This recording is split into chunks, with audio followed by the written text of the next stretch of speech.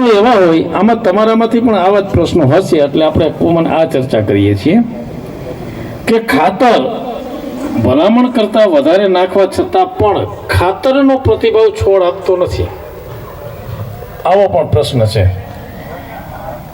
અમારા agriculture department તરફથી જે ભલામણ ખાતરની કરવામાં આવે છે ને, એના કરતાં બધા ડબલ જ નાખે છે, છતાં પણ કકડાટી કંઈ ગઈ નથી કોઈની કે ભાઈ કંઈ થતું નથી ને કાંઈ રિસ્પોન્સ આવતો નથી ને બધું. આના જવાબ હું આપીશું બધાના. પાકમાં વધારે રોગચાળો આવે છે.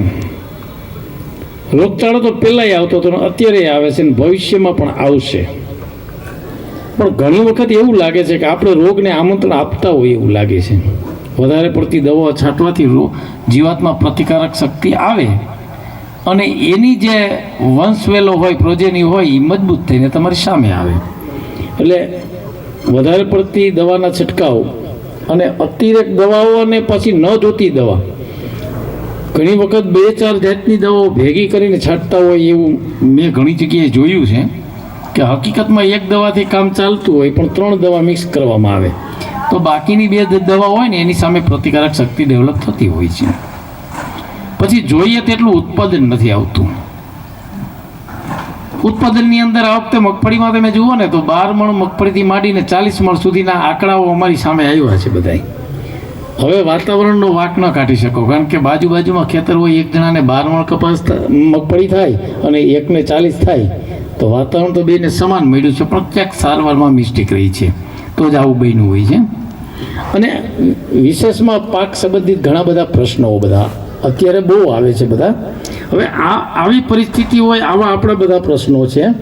હવે મારું કામ છે ને જમીન સાથેનું કામ છે, સોઇલ ટેસ્ટિંગ અને વોટર ટેસ્ટિંગ બાબતની અંદર કામ છે મારું. એટલે છેલ્લા 4 થી 5 વર્ષની અંદર અમારી પાસે જે નમૂના આવ્યા, આખા સૌરાષ્ટ્ર કચ્છમાંથી જ નમૂનાઓ આવે છે. આ નમૂનાઓના જે પરિણામો છે એના અમે વિશ્લેષણ કરતા હોઈએ છીએ કે ભાઈ આપણી જમીનો કઈ બાજુ જાય છે, આપણે શું કરી રહ્યા છીએ અને એના શું પરિણામ આવશે. આવો અભ્યાસ અમે અમારી જાતે કરતા હોઈએ છીએ. એટલે ક્યારેક કોઈ ખેડૂતને કહેવું હોય તો કેવા થાય. અગાઉ મેં તમને જે બધા પ્રશ્નોની વાત કરી અને હવે જે આપણી સામે જે પરિસ્થિતિ છે એની હું તમને વાત કરું છું.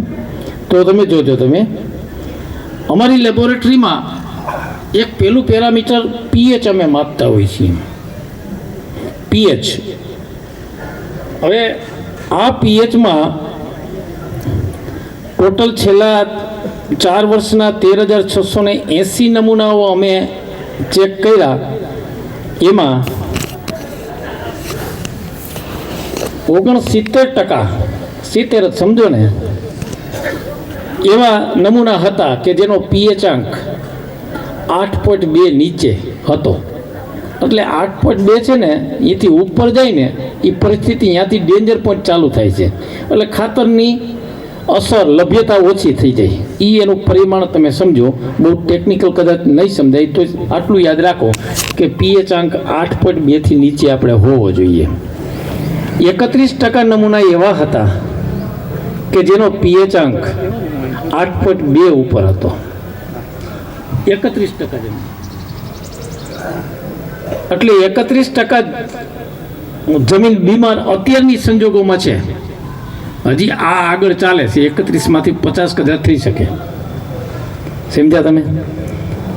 પછી બીજી આ પેરામીટર અમારો આવે છે છારોની માત્રા. જમીનની અંદર જે છારો બધા આવે છે ને એમાં બહુ અમને ચિંતાનું કારણ બહુ જમીનમાં ન દેખાણું. 97% જમીન એવી હતી કે જેમાં છારોની માત્રા એની લિમિટ કરતાં ઓછી હતી. દાખલા તરીકે 1 EC હોય ને એની ઉપર જાય તો ડેન્જર કહેવાય, 1 થી નીચે હોય તો બહુ ચિંતાનું કોઈ કારણ નથી. પણ 97% જમીન એવી હતી કે જેની અંદર બહુ છારોનો પ્રશ્ન રહેતો નથી. હવે 4%, 3 થી 4% જમીન એવી હતી કે જેની અંદર ખૂબ જ EC ઊંચો હતો કે જે છારની અસરમાં છે. 4 થી 5% જમીન. હવે આ જે 4 થી 5% જમીનની અંદર જે ભાઈઓ આવતા હોય ને એને તો ઉત્પાદનની કોઈ આશા રાખવાની જ નહીં. એની બૂમરાડ ચાલુ રહેવાની છે કે ભાઈ મારે વધતો નથી, મારે સુકાઈ જાય છે, મારે છોડ પીળો પડે છે. આવા અનેક પ્રશ્નો એને રજૂ કરતા હોય છે. હવે આ જમીન બગડી કેવી રીતે? બગડવા પાછળના પણ ઘણા કારણો છે. મોટાભાગે આપણા સૌરાષ્ટ્રની અંદર નબળા પાણી, છારવાળા પાણીથી આપણી જમીનમાં છાર દાખલ થાય છે. આપણી જમીન ખરાબ નથી. આપણું સૌરાષ્ટ્રનું ભૂતળ એટલું ખરાબ નહોતું, પણ જે પાણી અમુકના ઊંડા છે ને એ નબળું પાણી ઉપર આવ્યું અને એને લીધે જમીનની અંદર છારો આવ્યા છે. એને લીધે 4 થી 5% જમીનમાં આ પ્રશ્ન ઉપસ્થિત થયો છે. હવે એક ત્રીજું પેરામીટર અમારું છે ઓર્ગેનિક કાર્બન, સેન્દ્રિય કાર્બન. આ શબ્દ તમે છેલ્લા 5 વર્ષથી આ બહુ જ કારણે અથડાતો હશે. આ વિશે દરેક માણસ અલગ અલગ વ્યાખ્યા કરીને તમારી સામે રજૂ કરતા હોય છે. અમારી પાસે એના 3 લેવલ છે ઓર્ગેનિક કાર્બન બાબતમાં. આ લેબોરેટરીના ડેટા કરેલા છે. આ મેં પોતે ટેસ્ટ કરેલા આંકડા તમારી સામે રજૂ કરું છું. ક્યાંયથી ચોપડીમાંથી કાઢેલા આંકડા નથી. આ ટોટલ 13,680 નમૂનામાંથી 62% જમીન એવી હતી કે જેનો ઓર્ગેનિક કાર્બન 0.5% કરતાં ઓછો હતો. સારું કેને કહેવાય એની વાત કરું કે 0.75 એટલે 0.5%થી વધારે હોય ને એને સારી સ્થિતિ કહેવાય. એમ 0.5 એટલે અડધાથી નીચે હોય તો ડેન્જર પોઈન્ટ જ છે. ત્યાં તો બધા તમારા હથિયાર હેઠા પડી જાય. ખાસ ઉત્પાદનની આશા ન રાખી શકાય. માઇક્રોબિયલ એક્ટિવિટી એની અંદર એકદમ ઓછી થાય. એટલે 62% ને ખાતરોની લભ્યતા ઓછી થશે ને થશે જ. આ નક્કી વાત. 37% એવા નમૂના હતા કે જેની અંદર 1/2 થી 0.5% વચ્ચે હતા. એટલે આ 37% વાળાને બહુ કંઈ તકલીફ નથી, પણ થોડીક મહેનત કરે ને તો હજી વધે તો સારી બાબત છે.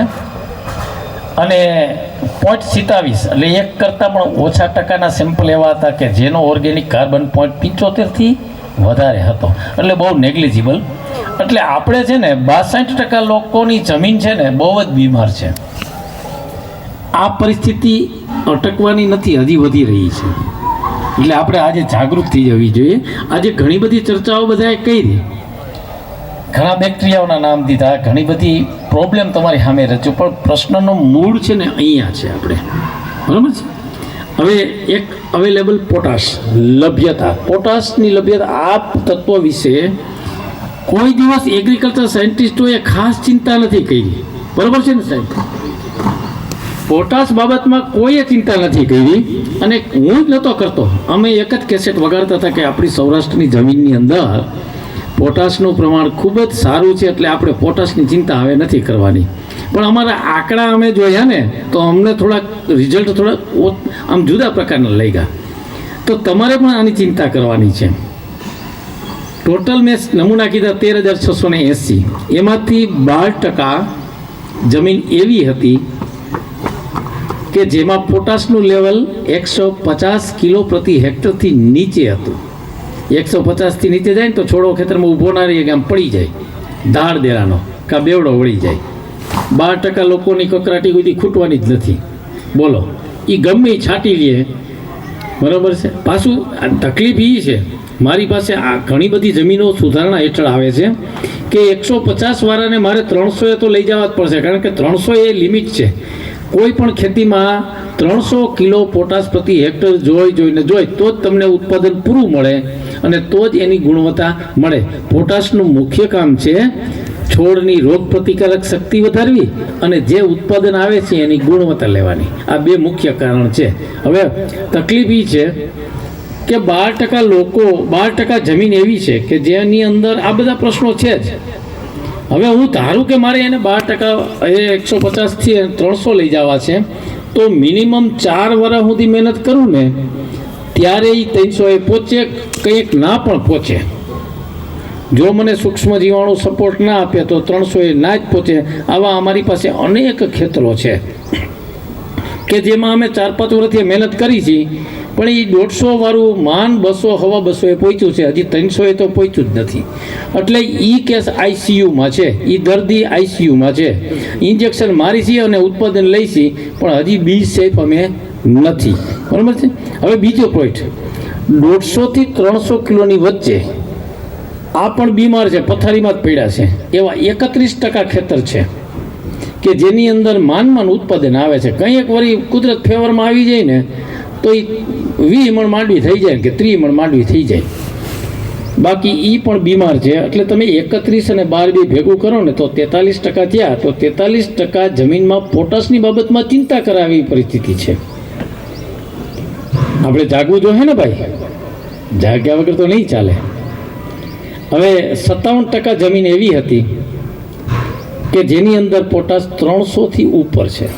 આ લોકોને કોઈ ચિંતા નથી કરવાની, એ ઘરે બેઠા બેઠા ખેતી કરી શકે એમ છે, કારણ કે એને પોટાશની તકલીફ નથી, એને ઉત્પાદન સારું મળે છે, સરખામણીએ રોગ જીવાત થોડા ઓછા આવે છે અને ઉત્પાદનની ગુણવત્તા મળે છે. 57% સેફ માણસો છે.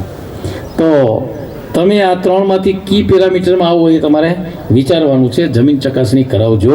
અને તમને હું એક સરસ ઓફર આપું છું. ઘણા એવું માનતા હોય કે જમીન ચકાસણી અમારે ક્યાં કરવી, એ કેટલું મોંઘું હશે ને મારે કોને પૂછવું. હાવ સરળ બતાવું છું. રાજકોટ એપીએમસી બેડી મોરબી રોડ ઉપર ત્યાં એક જમીન ચકાસણી છે, અને ગોંડલ માર્કેટિંગ યાર્ડ નવું એની અંદર પણ જમીન ચકાસણી છે. બે જગ્યાએ હું જ ફરજ બજાવું છું. બે તમને બહુ જ સબસિડાઇઝ રેટ ઉપર ચેક કરી આપશે. ગોંડલની અંદર ગોંડલ તાલુકાના ખેડૂતોને વિનામૂલ્યે ચકાસણી કરી આપવામાં આવે છે. 1 રૂપિયો તમારે ભરવાનો નથી, જમીન અને પાણીનો. હવે ગોંડલ તાલુકાના બહારના જો કોઈ ખેડૂતો હોય તો એને નોમિનલ ચાર્જ એટલે 250 રૂપિયામાં જમીન અને પાણી 80 રૂપિયામાં ચેક કરી આપવામાં આવે છે. આ રેટ બહુ જ સસ્તા છે. હવે જ્યારે રાજકોટ એપીએમસીની અંદર રેટની વાત કરું તમને, તો રાજકોટ, પડદરી અને લોધિકા આ તાલુકાના ખેડૂતોને 225 રૂપિયા એક જમીનના નમૂનામાં 100 રૂપિયા એપીએમસી નાખે છે, 125 રૂપિયા તમારે ભરવાના થાય છે. એટલે 125 રૂપિયામાં તમારે જમીન ચેક થઈ જશે. પાણીની અંદર પણ એવું, પાણીના રેટ છે 70 રૂપિયા, એમાં 30 રૂપિયા એપીએમસી નાખશે અને 40 રૂપિયા જે તે ખેડૂતને ચૂકવવાના થશે. તમે કોટડા સાંગાણીમાં આવતા હોય તો તમારે કોઈ બે જગ્યાએ તમને એ લાભ મળશે નહીં. છોકરો આવ્યો, પોતે બીએસસી એગ્રી હતો ને